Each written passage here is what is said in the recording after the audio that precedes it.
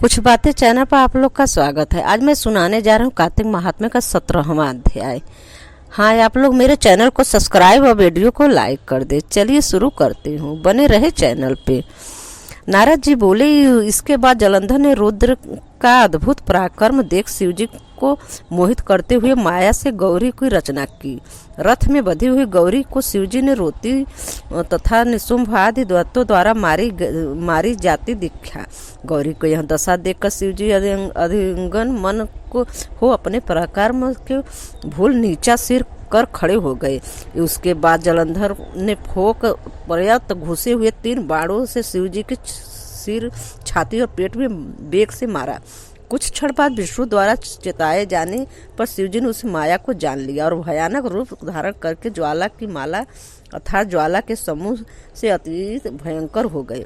उनका अत्यंत भयानक रूप देखकर दैत्य उनके सम्मुख खड़े होने में समर्थ नहीं हुए, किंतु अन्य 10 दिशाओं को भाग गए। तब रुद्र ने उस शुंभु निशुंभु नाम के दोनों दैत्यों को शाप दिया कि तुम मेरे युद्ध से भागे हो, इस कारण गौरी के हाथों में मारे जाओगे। तब जलंधर ने बेग से पहने बाणों की वर्षा की। तब भूमंडल बाण रूपी बड़े अंधकार से आच्छादित हो गया तथा जैसे ही शिवजी ने उसके बाण समूह को भेद कर काटा, वैसे ही बलि ने परिघ से बैल को मारा। उस प्रहर की रणभूमि में से लौटा हुआ वह बैल रुद्र को खींचने पर भी रणभूमि में नहीं रुका। तदंतर भयानक शरीर धारण करने वाले शिव ने अति क्रोधित हो सूर्य के समान तेजस्वी सुदर्शन चक्र वेग से चलाया। आकाश और पृथ्वी प्रज्वलित करता हुआ चक्र वेग से पृथ्वी तल में गिरकर बड़े विशाल नेत्र वाले जलंधर के सिर को शरीर से अलग कर दिया। जलंधर के शरीर पृथ्वी पर शब्दमान करता हुआ रथ से गिर गया और देह से जो तेज निकला वह रुद्र में लीन हो गया। तब ब्रह्मादिक सब देवता हर्ष से प्रफुल्लित हो उठे। वे शुंभु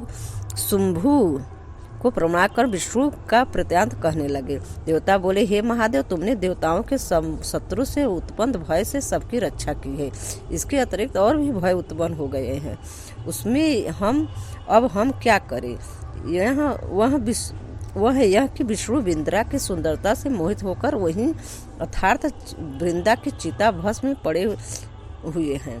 रुद्र बोले, हे देवताओं, विष्णु का मोह दूर करने के लिए तुम शरण में जाने योग्य मोहनी माया की शरण में जाओ, वह तुम्हारी कार्य करेगी। नारद जी बोले, ऐसा कहकर शिवजी सब देवता गणों सहित अंतर्धान हो गए। देवता मूल प्रकृति अर्थात माया की स्तुति करने लगे। देवता बोले, जिससे उत्पन्न सत्य रज तम ये गुण सृष्टि पालन और संहार करते हैं और उसकी इच्छा से संसार की उत्पत्ति और नाश होता है, उस मूल प्रकृति को हम नमस्कार करते हैं।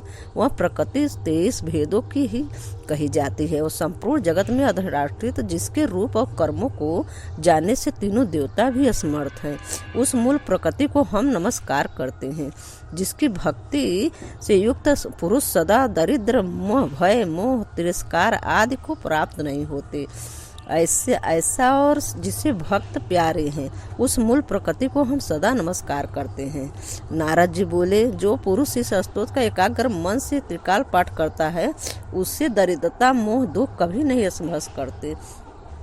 इस प्रकार स्तुति करते हुए उन देवताओं ने आकाश में स्थित ज्वाला से व्याप्त दिशाओं के बीच एक तेजो मंडल देखा। तेजो मंडल के माध्यम से सब देवताओं ने आकाश में विचरने वाली वाणी सुनी। शक्ति बोली, मैं 3 प्रकार से युक्त हो 3 गुणों से स्थित हूँ। गौरी, लक्ष्मी, सरस्वती, इनके रज तत्व तम, इन 3 गुणों का आश्रय मैं ही हूँ। हे देवताओं, वहाँ जाओ, वे तुम्हारी कार्य करेगी। नारद जी बोले, हे राजन, विषम से विकसित नेत्र देवताओं ने उस वाणी को सुना। उस समय वह तेज अंतर्ध्यान हो गया। उसके बाद उसी वाक्य से प्रेरित सब देवताओं ने गौरी, लक्ष्मी तथा सरस्वती की भी भक्ति में तन्मय होकर प्रणाम किया। इसके बाद भक्त के प्यारे जिनकी ऐसी उन तीनों देवियों ने देवताओं को प्रणाम करके उनको बीज दिया और कहने लगी, देवी बोलो, इन बीजों को वहाँ जाकर वो बो दो।